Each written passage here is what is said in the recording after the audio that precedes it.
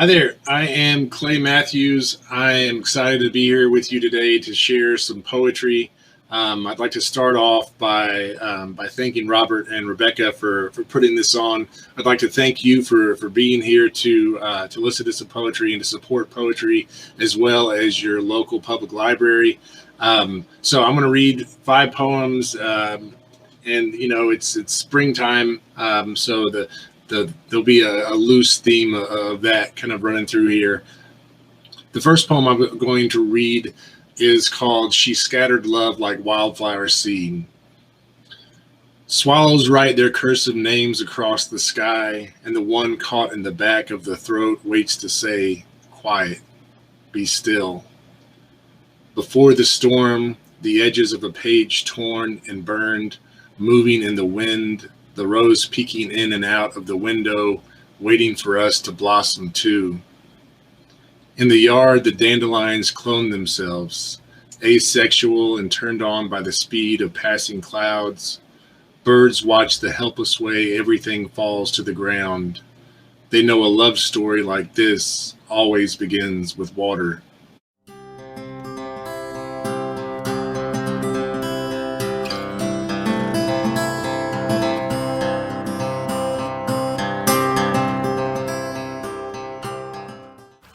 Hi, I'm Yvonne Morris, and the first poem I'm going to read is called No Reason to Get Up But Get Up, and it's from my chapbook titled Mother Was a Sweater Girl, published by Heartland Review Press. No reason to get up, but get up. I've been reading the pretty suicidal poets, hallowed and hollowed, richly bred for pain. Anne and Sylvia shared a New York taxi in the rain, discussed therapy, and where they'd left their latest lipstick stains. On a Sunday in January, I can't leave the gas running freely in the kitchen. I've only got cats, hungry as fleas. In the garage, four wheels await escape from a dusty TV. You see, I'm in awe of those women whose fine hands loaded their pockets with stones, who staggered in the sun, whose blue veins were exposed, because I'm only green willow, vine and shoot, alive. No taste in my mouth compares to the sweetness of berries. My heart doesn't break with a thought and awareness, as fatal as some fairy tales would end. I'll pick up some ice cream instead. So I struggle into my jacket and out the door, choosing to leave regrets, like the bed, unmade, slipping by the black dog that drags its chain.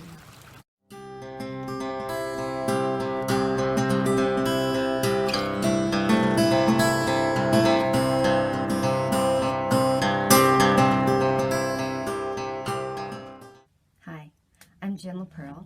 I want to thank Robert and Rebecca for putting this together, for supporting poetry and poems and the Hardin County Public Library. In all their performances, my daughter wakes. Where are you? She hollers. I am everywhere, I holler back. From some back room, other life I'd chosen once. Some other street, another house, moved to the next. But how would I be able to get to you, she asks. Just like that, I am here.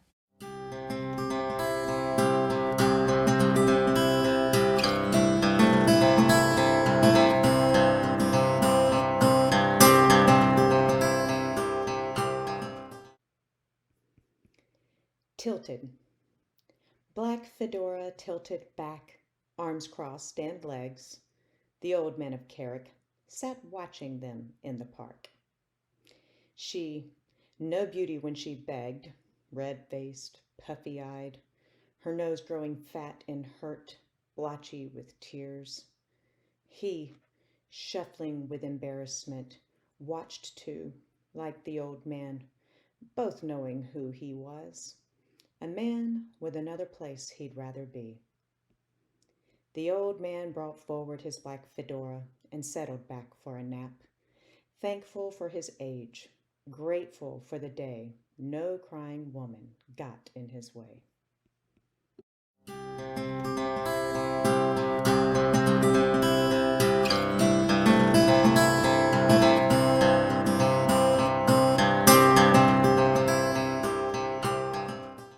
My name is Gail Peck, and I want to read a poem that was a finalist for the Joy Bell Poetry Prize. It's after a photograph by Eudora Welty, 1935. A woman of the 30s, Hinds County. Everything about her says hardship, and you can tell she's worn this cotton jacket over and over, picked as it is. She looks proudly out from under that cap, but there's a distance in her eyes. One wrinkled hand rests against her skirt. Two houses are behind her, set on the stubbled earth. Cotton fields nearby, worked by those bent in the patches until their back and neck aches. But this black woman stands ramrod straight. I don't believe she'd back down from anything. Still, there's a softness about her, perhaps a story she's never told, one she keeps to herself through the days and the nights. It is hers, and she owes no one.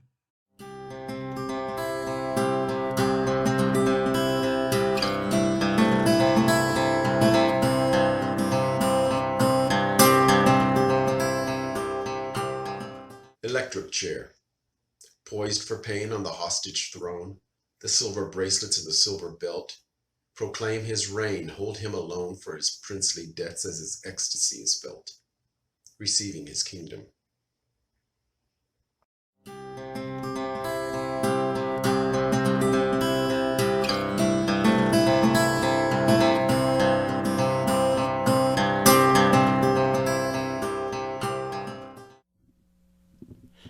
The Drowning of Christopher French. He'd fallen in the middle, a good 50 yards from shore, and from Whitaker's parking lot it was 100 yards to the lake, across the road, along the edge of the baseball field, and down the service road to the beach. So it was, of course, too late from the beginning, given such god-awful cold, 13 degrees and an inch of of snow that crackled as you walked, ice on the lake like a metal vest. Sid showed good sense and stayed rooted under a dying pine, his eyes like burned-out lights and his face a slash of white. Above him the frozen branches popped, dragging a limb. I started out. My Christ, it was cold out there. I'd shucked my coat and a stiff wind. Crouched low, I shuffled, walked, ran, the limb flip-flopping like a broken leg. The lake detached itself from shore. The trees and rocks receded to a blur. The ice began to spin. As best I could, I went a straight line to the rink. From it, I could see him thrashing. I could hear his shouts for help. The light cavorting about the hole, and next to him, the red rubber ball. At 10 yards, I could see his face. At 5, I went down on my belly. Pushing the limb ahead, I inched to within half a foot of the edge. My God, as if glass blonde, he was encased in a thin skin of ice. His hair matted against his skull, and from his forehead, tiny shards strung like lights on a Christmas tree. I called. I offered him the limb. He tried to grab it, but like the webbed foot of a crippled duck, his arm flopped this way, that. Eyes were the only things that worked. They were bluer than any I had seen, transparent murals of bewilderment and agony that hammered me. Then something snapped. I tore my eyes from his and looked left. The ice was giving way. From shore, a voice broke in, and I withdrew. The cracking stopped. Again, I inched ahead. Again, the limb. Too late.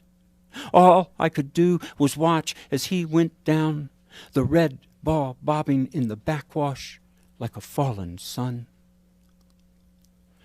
Across the lake, 3 men approached. As they came near, "He's gone," I said, explaining. "Nothing anyone could do." But one whose face was flannel said, "My ass, and went down on his knees, and like a legless man with stumps set firmly on a dolly, shoved himself ahead then back each time the ice began to crack. His name was Doyle. I threw the limb down on the ice, screaming at him, "You do it then!"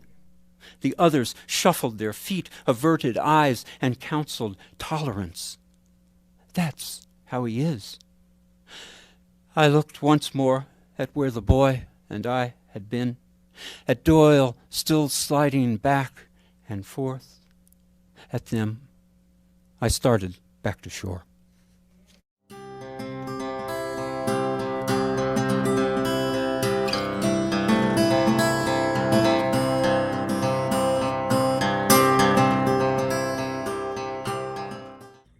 The whole 9 months waiting to see, not knowing what this day would bring entirely.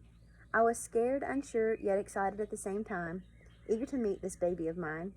How long would labor take? I had not a clue. All I could think about was meeting you. 5 hours passed, and the fear went away.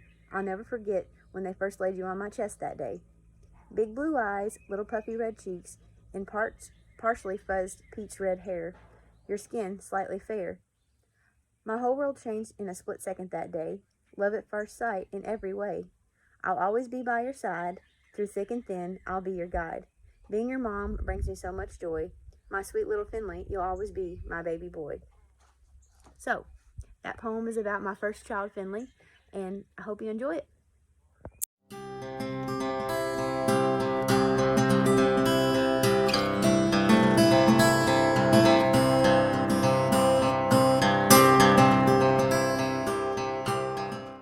Hello, everyone. I'm Mick Kennedy, and I'm going to be sharing a few poems with you.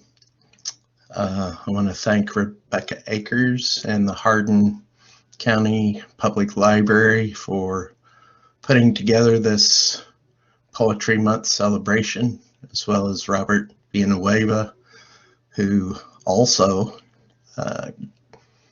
collected all of us readers to share some of our work. I chose some poems today, basically to try to deliver a theme of artists and writers who have influenced me to some degree through the years, as well as a couple of poems that occurred while I'm driving. I do a lot of thinking about writing and poems while I'm driving, and sometimes that just kind of spills out. Gertrude Stein is somebody that I've always really admired, and walking around in Toledo one day, there were very small trees that dotted the sidewalk, but I saw one tree with 4 or 5 finches flitting about, branches bare. Finch, finch, finch, finch, finch, and a tree. My apologies to thee, Gertrude, for this theft, but no one could wand words quite like you. Cupboard. One day I decide I'll do something good for people, but then I forget, then I nap. My daughter wants to make lemon cake, so we do that. I stand on the stool and begin this great hunt for poppy seeds. Hours pass and I'm on my tiptoes. I stop searching for a minute to listen to the wind. The branches snapping. My daughter ran off again to her swing tied to the branch of the tree she climbs. The tree run through with electric wires, and the yard she flies her kite in. She flies it high as the cell tower. Her dragon kite breathing fire. Her dragon kite headed in a nosedive straight into those electric lines. I can't do anything about anything. I'm trapped in the cupboard, forgetting what I'm searching for. I dust the spice tops. They go on forever. My hair too tight in its bobby pins, here as good as any place to pray. This poem is called Blood Moon, and it was published last April online in the Ariel Chart International Literary Journal. Blood Moon. My blood was the moon becoming woman then, scalding a pooled hour in the night, slipping off the mattress with the sun at daybreak, uncovered dawn, unripened turned, strip of universe. I was young, sand and bone reversed, brief lakes and fire, gemstones trace, jagged in velvet by flutters, starts, instincts flinch, early to love that silvered face, blazing fix. You were the lens holding me there, in a circling tide, in the howling phase. The next poem I'm going to read is called Psalm What Blossoms Now. This is kind of part of a series of psalms I've been working on over the past couple of years. Psalm What Blossoms Now. What blossoms now in my abdomen? The absence of growth, a prayer I hold on to, and it seems strange to want something inside to die this much, strange to want something else to live, strange to change under the supervision of self-care, self-help, some version of platinum leaking into my veins until anything cold makes me buzz like a generator on fire. A woman paraphrases the first three steps. I can't do this. God can. I think I'll let him. And I work to let go, but some days I just repeat like a mockingbird. I can't do this. I can't do this. I can't. Here is a friend who's been sober for 3 years. I don't know if he believes in God, but he is angelic in the way he returns and rides his bike. My wife lights candles in the morning and says prayers alone in her room. They're just whispers through a door, but I can always hear the sound of the light turning on or off. And staying with a couple more ekphrastic poems based on Eudora Welty's photographs. Members of a pageant of birds, Farish Street Baptist Church, Jackson, 1930s. These women dressed as birds, cardinal, yellowfinch, canary, blackbird. You could be the bird you wanted. They spread their wings, lift their crown of feathers. For now they are moving down an aisle, one then another, toward eagle at the front. Peacock spreads its tail. Baby bluebird follows.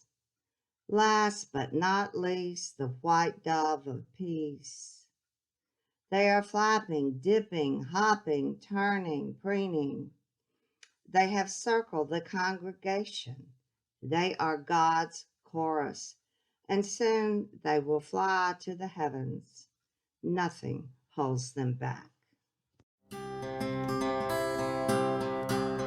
The next poem is for someone who really just blew my mind away, even more than Gertrude, if you can believe that, Frank Stanford, from his book titled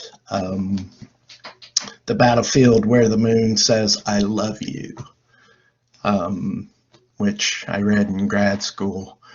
And this is The Moon Still Says I Love You for Frank Stanford. Is that the way it is? 3 stars from a 32 burning right down your boulevard, spray paint sizzling into styrofoam. What would you ask of us? Why did we need to know your hair isn't so different than blue jay feather curling in flames? I would have loved to touch your elbow as those 10 fingers full of gibbous moons clacked the keys onto the end of the line. Did you hear the air crack open, parcels washing up against the white? Or did forever begin with the guy bob wired to a makeshift mast afloat on the Mississippi? So that last little allusion there is from his book, which is based primarily on his experiences growing up in Louisiana.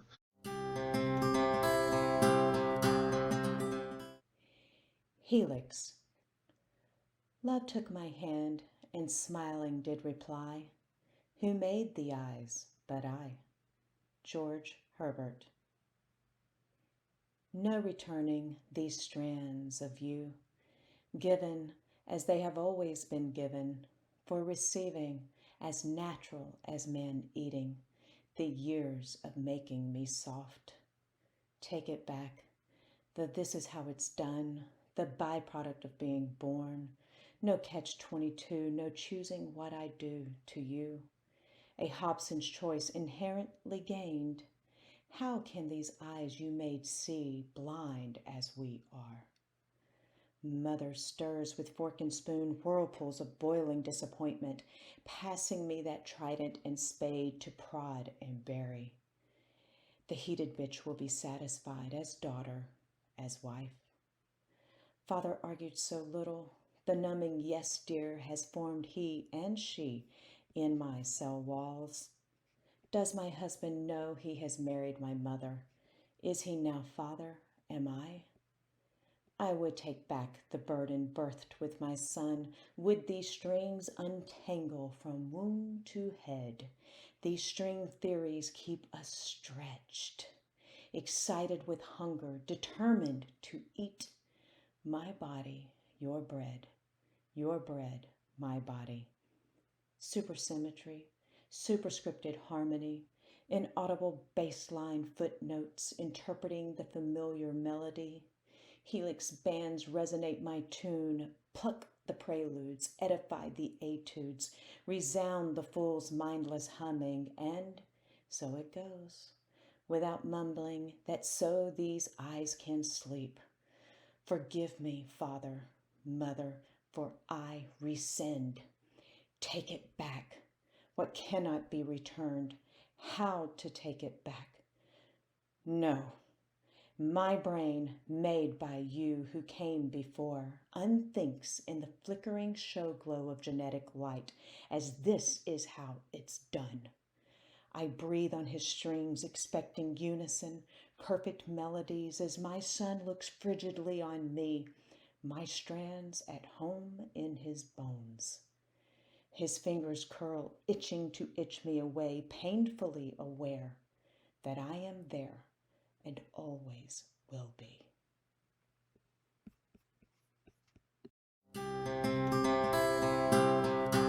Eulogy for a Backyard Landscape.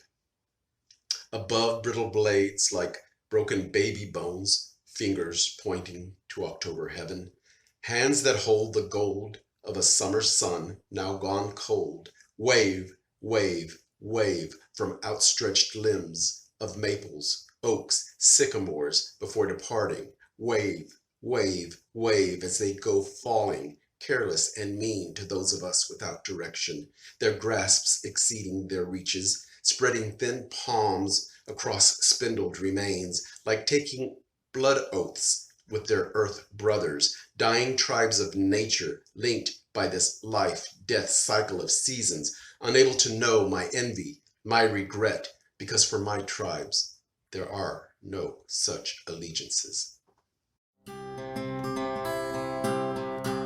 This poem has an epigraph from Psalm 102. I watch and am as a sparrow atop the housetop.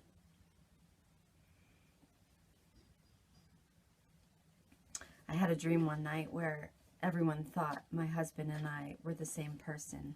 So that's where this title comes from. Everyone thought we were the same person. My husband's home nurse, Stephanie, has the smallest hands, like rain almost, like birds with their tiny bones flying in and out so quietly from the feeder, they disappear. Stephanie unhooks my husband from his chemo. I'm waiting in the background. I sit on a bench. I sit on a chair and crochet. My balls of yarn, I've been talking to them quietly, but they keep disappearing. I stitch a blanket, then hide under it. I just turned 43. You wouldn't know it. I mean, you would, but I just want to play, and I can't. I must sit, and I've been feeling so small, a little girl in a movie told her father after running away. She didn't really want to go. She just wanted him to come after her. In the window behind the girl, the snow was falling. When I was young, the snow was always falling. In the window behind Stephanie, yellow leaves of the maple fall in the wind, fast as rain. I'm shaken and small inside my day, with my hands pressed against the edges. My hands are small too, not as small as Stephanie's, but just as warm. And the marks I make from pressing so hard they quickly disappear, like my breath on the window where I wait from the edges quietly. Baby Bluebird. Baby Bluebird is ready, has her feathers over her outstretched arms. The sleeves of the dress her mother made, starched and flaring. The hem of the dress touches her white socks. She is determined to get her part right and knows how to walk down the aisle leading the mama birds. She has practiced, and when the music starts, she'll flap her wings, flying higher and higher, no longer earthly. I'll shift to a poem for Frank O'Hara, who I was also reading in grad school at the University of Toledo. The Toledo Art Museum was just fabulous when I was there, and they had a section on abstract expressionists, which I studied a little bit while I was in grad school, and have just fallen in love with all those men and women who just really turn your mind around and make you think of reality. And there happened to be a portrait of Frank O'Hara done by an artist last name Porter that was in that museum around those other great artists. And so this kind of happened. Something about sardines for Frank O'Hara. You bled asphalt rhapsodies between bites of art news and chicken salad sandwiches, while gauzy eyes bobbed on Manhattan streets, rain-washed faces, black and gray petals, and from Porter's pastel sofa in Toledo's museum, watched me stride among landscapes of the mind and worn-out loafers. Frank, I lean into your shadows to pick up my ghost. Let it be a yoke, else hang me with a tambourine. Blue sky stuck in keyholes, dragonfly flits on a match head. Tricycles dangle in porcupine tree quills. Let's pull on our caffeine pajamas. We're just syntax junkies, and each word feels like a Bonaparte. So this poem not only influenced by the artwork, but also by a poem by Frank, why I decided not to be a painter, and it talks about sardines in there. So a little bit of obscurity there. This poem, called Another One in the Pen, I'm planning to include in my second chapbook, which is Still Seeking a Publisher, and has a working title saying the same thing two ways. This poem was published in April of last year on the Ariel Chart International Literary Journal's website. Another One in the Pen. Mother sits at the kitchen counter, her heavy white coffee cup half full in front of her. And that same way you'll see someone in a bar nurse a lone drink for hours. In person, her speech bumps and jabs, so unlike her phone voice, musical and bright and saved for strangers. Her fine, dark curls flutter under the overhead fan as she stares beyond her newspaper, mutters, There's another one of your old boyfriends in the pen.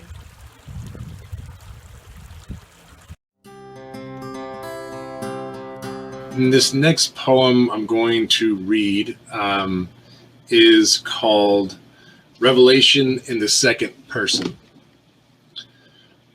Alone in this house, you pass from one window to the next, searching for the litany of waiting and hope, then nothing.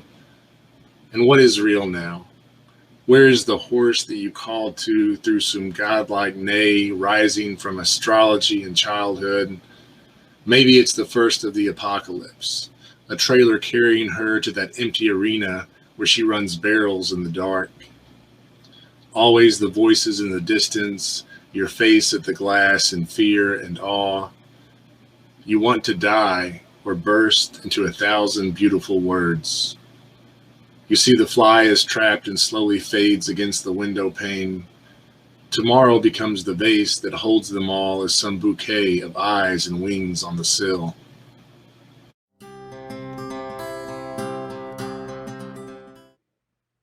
Lifescapes. Early spring. Wall of deepest green foliage, my boundary, my haven lush with delight and teeming with winter honeysuckle. Ah, your juice! How I shall cull your light bloom trumpeting from bowers arching over maple branches. Pinch your tiny green cork with my nails and pull, careful not to sever your stigma. She, of the ovary bathing in spring's blessings, stretching above the jealous stamen, but to unleash her drop of ambrosia nestled deep within your chalice, my tongue reaching out to accept her drip of life, your delicious essence, a toast to us, the taking of the young. Early summer, midnight. Strains of bolero waltz me out into the rain, sultry with the remains of June. I am the occasion, in puddle-length satin, black nightgown sans underclothes, a remnant from my mother's mysterious past, a gift from a lover spurned but never returned, a gift from my imagination as I stepped barefoot into the soaking grass, exciting my feet to shuffle and sway, to move and dance, to waltz amidst the summer's shower, almost naked. I unravel to revel with my partner, the rain teasing my palms, falling down my back, gathering my gown tight around my legs, as 100 kisses fall on my face. Oh, Ravel, I know now why the women swooned. A child in your arms leaves a woman. Early autumn. Beyond the yard in the field was just a tree with non-denominational leaves, branches reaching out across my 10-year-old world, offering the gifts of heaven, a gate to fantastic pseudo-worlds of an image.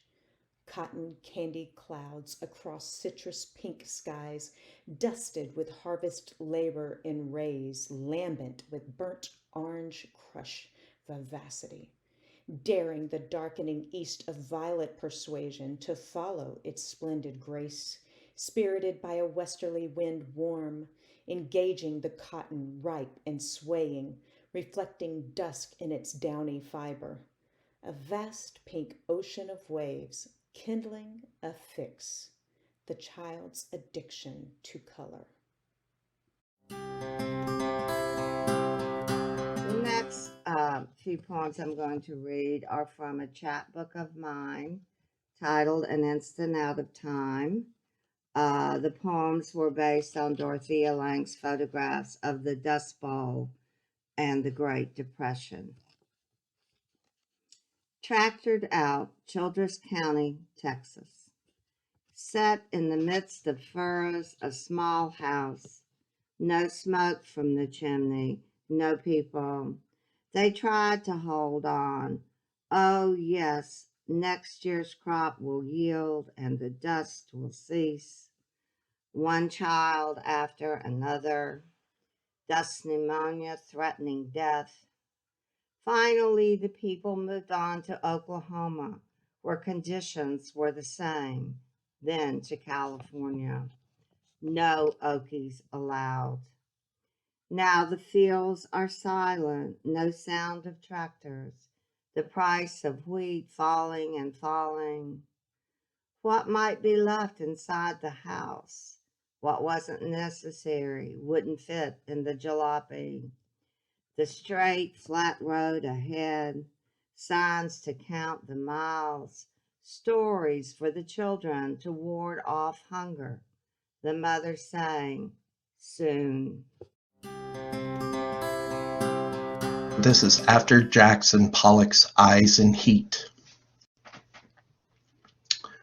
We search for those eyes to meet us as we all need, and you tease us, making spectacle of our moles, turn us round in cerebral pirouettes. Oh, it's easy for you to be so objective, reduced mankind to a topography of each nerve's edge, to eddies and runoff hues, supposedly to catch a monumental bang, a gospel, the first calculus. You came too close, saw just enough to last a life, a mass of color, space, time, as we construed your vision divine. Ensnared in the capillary maze of our chi, you held on tight, not wanting to let go. Is a short poem from my book, Mother Was a Sweater Girl, and it's called Small Hours.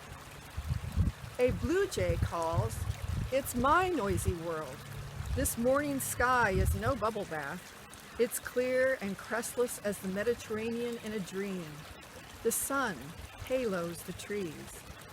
I could whisper like a quiet patient among fallen leaves. Instead, I will open my wishful mouth like a bird and chorus early spring.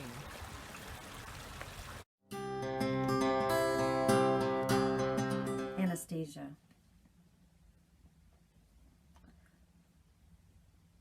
Leaves and petals attend me. I am ready. Sylvia Plath. For weeks it hasn't rained. Months now, all night I water the gardens, the fig tree, the mosquitoes holding hands, laying me down in the grasses. Not gently, quietly, I cannot get up. I should have let the sun heal me with my tubes tied around my neck, and my daughter watching horses, watching clouds, only cartoon rain falling, asleep backwards into a hole. The nurse did nothing to keep me here. She seems not to like me either. I wake and I am nothing. Look now how powerless I am, against drought, against the bed curtains and ceiling tiles. I feel their movement around me but cannot see anyone. I do not want this to be the nightmare. I think it is. In the waiting room, the ladies file in, each one as pregnant, as explosive. Everything around me, pointed toward me in the corner, my ears covered. I hear them in there, screaming to get out. They know what I've done. They're scared. There are no chairs left. No one calls for anyone. The only sound, the secretaries, ringing telephones. This room, their window they shut. Behind curtains they've sewn my lips closed because they know. The nurses who seemed at first so friendly, so quickly turned. So my friends in their effacement look as clouds part as they pass. Their hospital caps may never rain. They are tucking me in tight and rolling me away. No one has told me where. My arms are strapped to my legs. We are rolling past windows now, each one a different day, different weather, rain, sun, burning so brightly. The grass is browning now around the terrible flowers, stretching hard toward the sun, my petals all aflame. I've got an aging dog. His name's Morty. He's going to be 14, and he's starting to lose his senses, and this is a poem in reference to that. This one is called Psalm, The Faithful Dog Grows Deaf. The faithful dog grows deaf in old age and follows me from room to room to be his ears. What shall I hear, Lord? The nothing he calls out to, the train and traffic in the distance. In this world of rain and falling leaves, I wonder if I have heard more than I have said, been called to more than called out. Lo, and why, and where is this place I call home? I'm reminded of a story my mother told me about rescuing a hummingbird, how tiny the thing was in her hand, making the smallest song. The dog groans out now, unaware even of the heavy sound of his own breathing. Maybe this is your blessing to us all, slowly removing our senses after such a long and loud life to quiet the parting waters death's long vessel makes in the night. Sometimes in the morning I hold out my hand so he knows he is welcome when I look at him and mouth the words he loves. Come on, boy. Come here. This is Her Without a Face that was influenced by reading about Braque and Picasso and looking at their images, their paintings. And George Braque said, and this is the epigram, "The things that Picasso and I said to one another during those years will never be said again. And even if they were, no one would understand them anymore. It was being like roped together on a mountain. I am angle, am distinct rotation of labrum, to pull up socks, to tie shoelaces of lavender and equinox. Here, this violin, a chord to climb, fettered way up and down. The mind a darker tinge, a layer to define sunset. Here, this line is a motor car driving from autumn light through window shade. A song's district in our throats. Is this a burly home?" This is called Reading Jared in the Middle of the Night. Sure, there's darkness, and because I too have gazed more than once at the eyes of dead men and women, and once even of a child, at the hard marbled nothingness of nothing, it would be reasonable to assume the darkness he speaks of is the darkness I am thinking of as page after page turns, pulling me down ever deeper into black sucking currents of everlastingness nothing can escape. Reasonable? Sure, but wrong. I am thinking more of the stuff light is made of, like the moon in spring, like the songs of birds back from temperate climates, like even the bitchy rhetoric of crows let out for recess from winter's one-room schoolhouse. Darkness is there, all right, its nasty pincers clicking just outside these pages, and darkness has its charms. But reading Jared in the middle of the night snaps darkness like bone. Poems advancing toward the only end that matters, this incredible spillage of light. The term Okies was not just applied to those from Oklahoma, but it meant anyone who was coming westward at that time, taking jobs from the workers already settled there.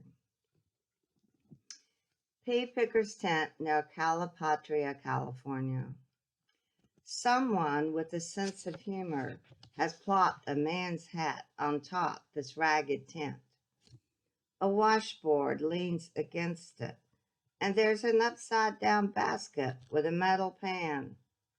The flap of the opening is pulled back, but all you can see is darkness. At least it's protection from the sun, and if it does rain, come to think of it, let it storm. Let the wind carry the whole thing off and tear it apart. Let the pieces scatter. A testament to all who are still coming westward, passing the signs, no jobs for Okies, whose homes will be shacks or a tent like this one. The Longest Night. 1. Busy biorhythms bursting with wakefulness affect the constant static ring-ging-ging in my ears to sizzle and spit and crackle with the electronic buzz of the oscillating fan and the small, steady cooler of the idling CPU.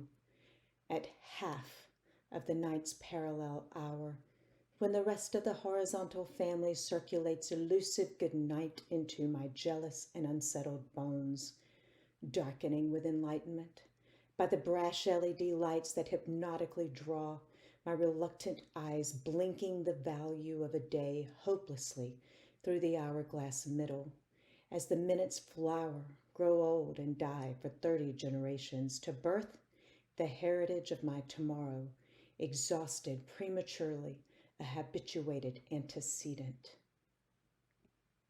2.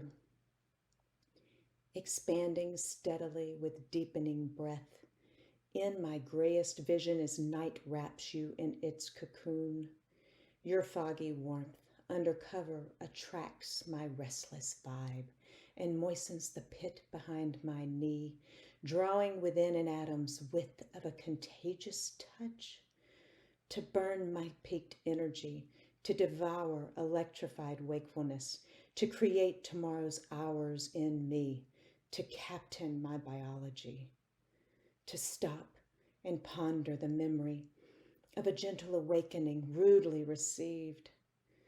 The zizzes is contesting. You sleep on. Retreat into sizzling frustration. 316 and a half Osborne Street, where I stayed for most of my college days at Indiana State.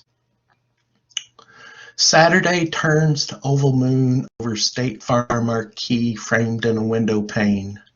College mates who helped roll our apartment walls Bosch pair between drinks, lady fingers, and handfuls of muddy buddies gone a few hours. After cleaning up clinks of dishes in the sink and a trash can filled up, you move on to the bedroom, flick off hallway lights. I ink an 18-syllable strain of the disease that would end us.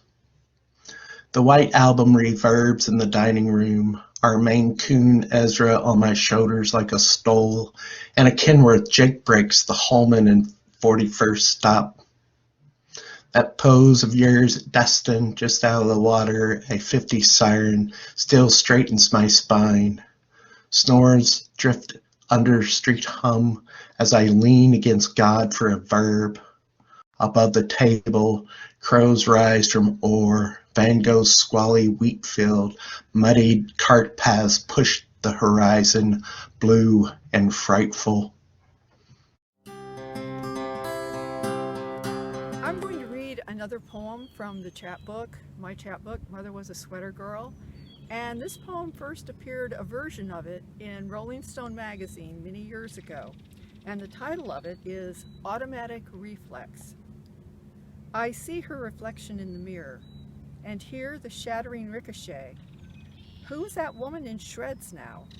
Stitch her together and it seems that she's wearing only a benign half smile. She sweeps up the crumbs from my birthday cake and crawls into bed, lighting a match to find her lover, setting her wristwatch on fire. News of a dying friend. Days like crimson petals from a bowing fragrant rose fall in death and meet themselves like curling embryos. Static kiss of yesterday from ageless lips of time, till's forgotten fertile fields of memories sublime. Burning sun sets placidly, surrendering its light. We shine alone amid the wake of half-forgotten night. I know now what the heart is.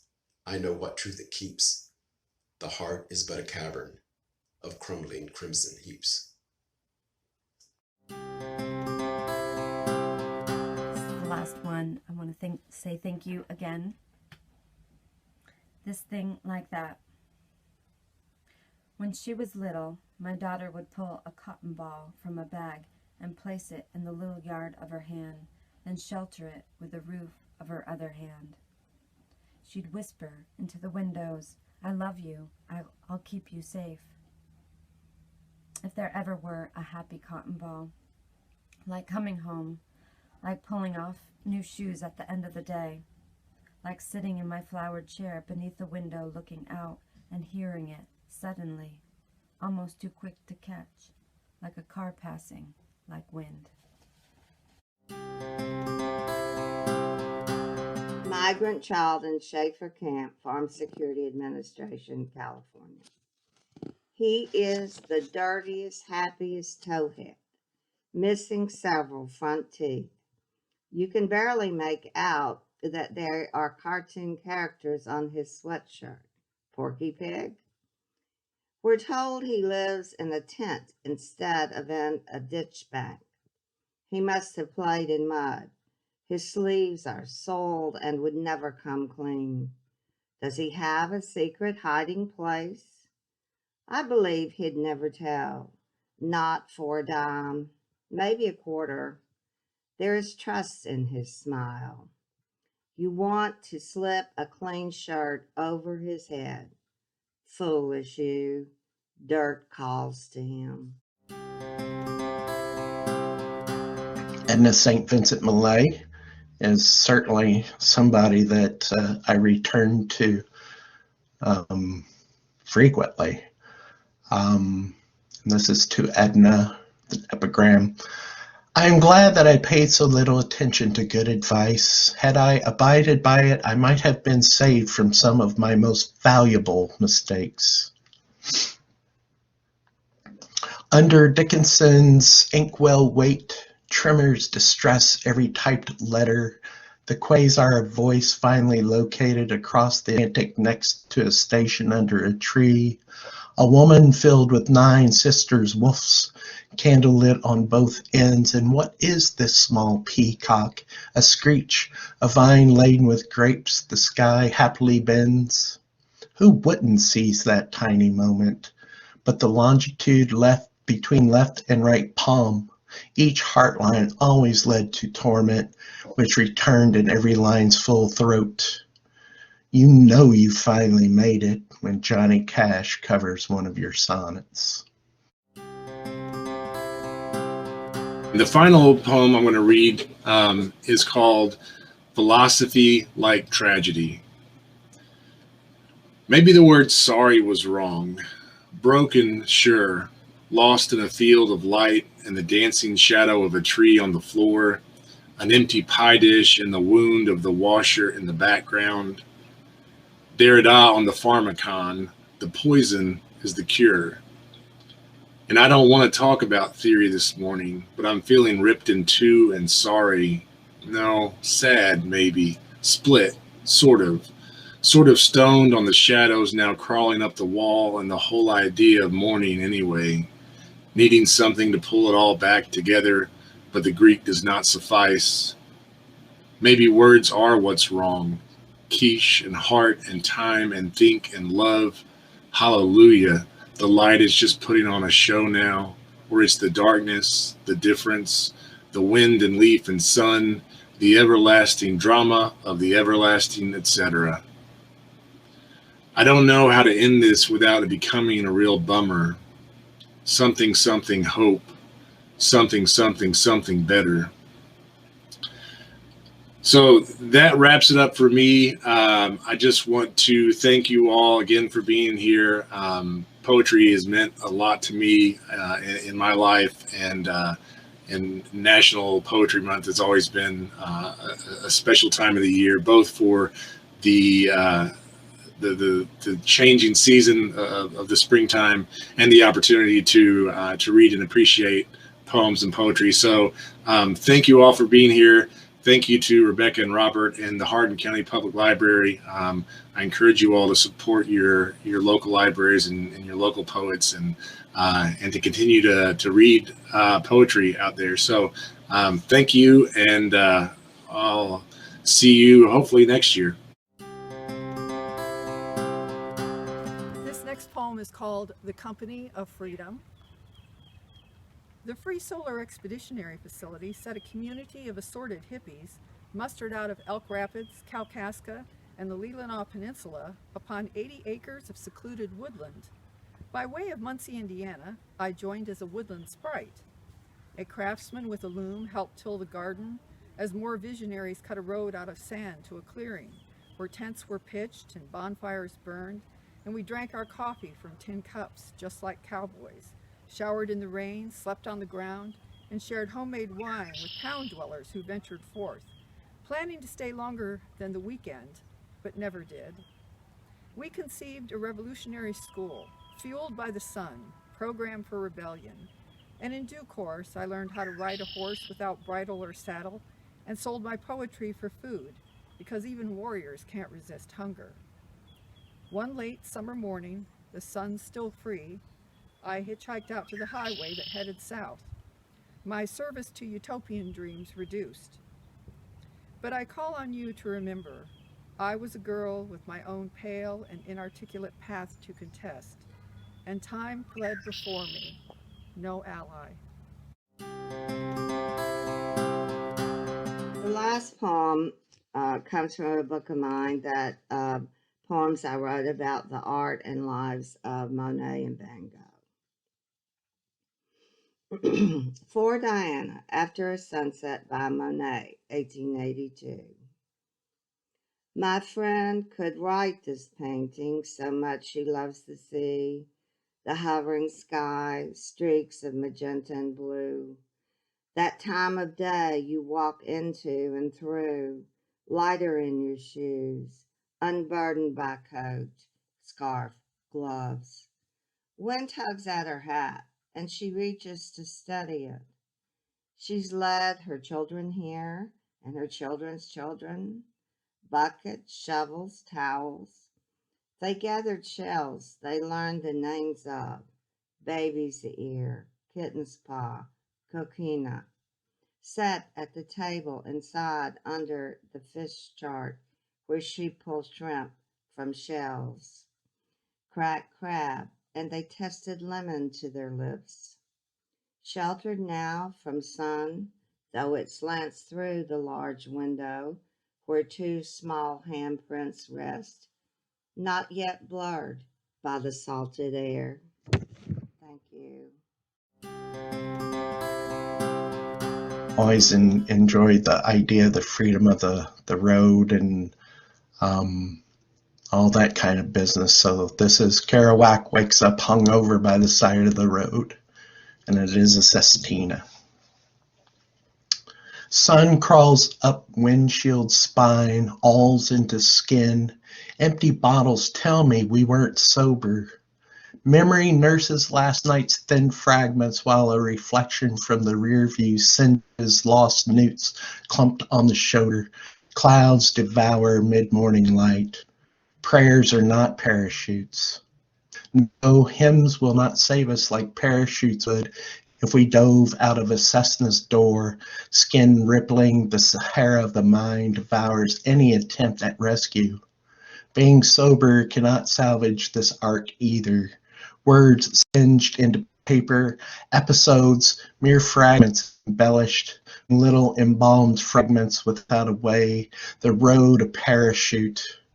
Gravel or pavement vanishing point, singed, miraged by heat, sweat beads shirk our skin. Neil sleeps shirtless, can never be sober, and my gut trembles. I could devour a bison, even its dirty ass, devour it all, horns, hump, hooves, ground to fragments, my taste buds swollen like apricots, sober or not. One bottle, not a parachute big enough to slow the rot of his or her skin, or mine. Maybe just a bit of thigh, singed. Build a nice little fire over there. Singed Neil's, where that one gives me trouble. Devour each small chunk cut out with buck knife sand skin, but that might make the flavor of fragments, or a big barbecue. Tie the stump with parachute cord, or just toss everything in the fire. Sober or not, what difference? Sober is state of mind, another road just singed with different tongues, smaller parachutes, different martyrs who want to devour non-believers, show them what tiny fragments their lives are, while fire and arrows kiss their skin. I'll snake off my skin, Shed it right now, sober. Never another fragment, no more singed words to devour. Where's the parachute? This one is biographical. I was going to Spalding University's poetry workshop. It was Halloween. I parked my car in the wrong location and came out the next day, and it had been broken into, and I tried to drive it home, and it didn't make it. At Lebanon Junction, no one cares that All Saints' Eve my Cavalier's window is smashed in. Street people sifted plunder for trade. Hood popped, copped the battery for a pint of old granddad, or some woola, but cracked the distributor cap. Sparks arced all over the motor. No one in Lebanon Junction cares about poetry, which took me to the city, with obituaries to read and land sell-offs, all of those paisley lotus patchwork sundresses, auctions and serenades of children, spent piston rings, church apostles and grease burns marking every sunset. The wait for a one-ton hauler is longer at Lebanon Junction than Sun Tea or the Chupacabra song. Never got a coffee or tangled hymns and trees. Those blokes rot what they wanted. Wrench right what is wrong. This poem only cost me 25 Hamiltons. Coyote was stricken and tossed to the side of the road. Each day I passed and in passing noticed more decay. So this spoke to me in this way. Coyote Blues. A puddle of color wheel brown, outline of the song sung heard in nearby trees, in the passing car's gush, your tongue consomme of untruths for buzzards, entrails, and iffy stew.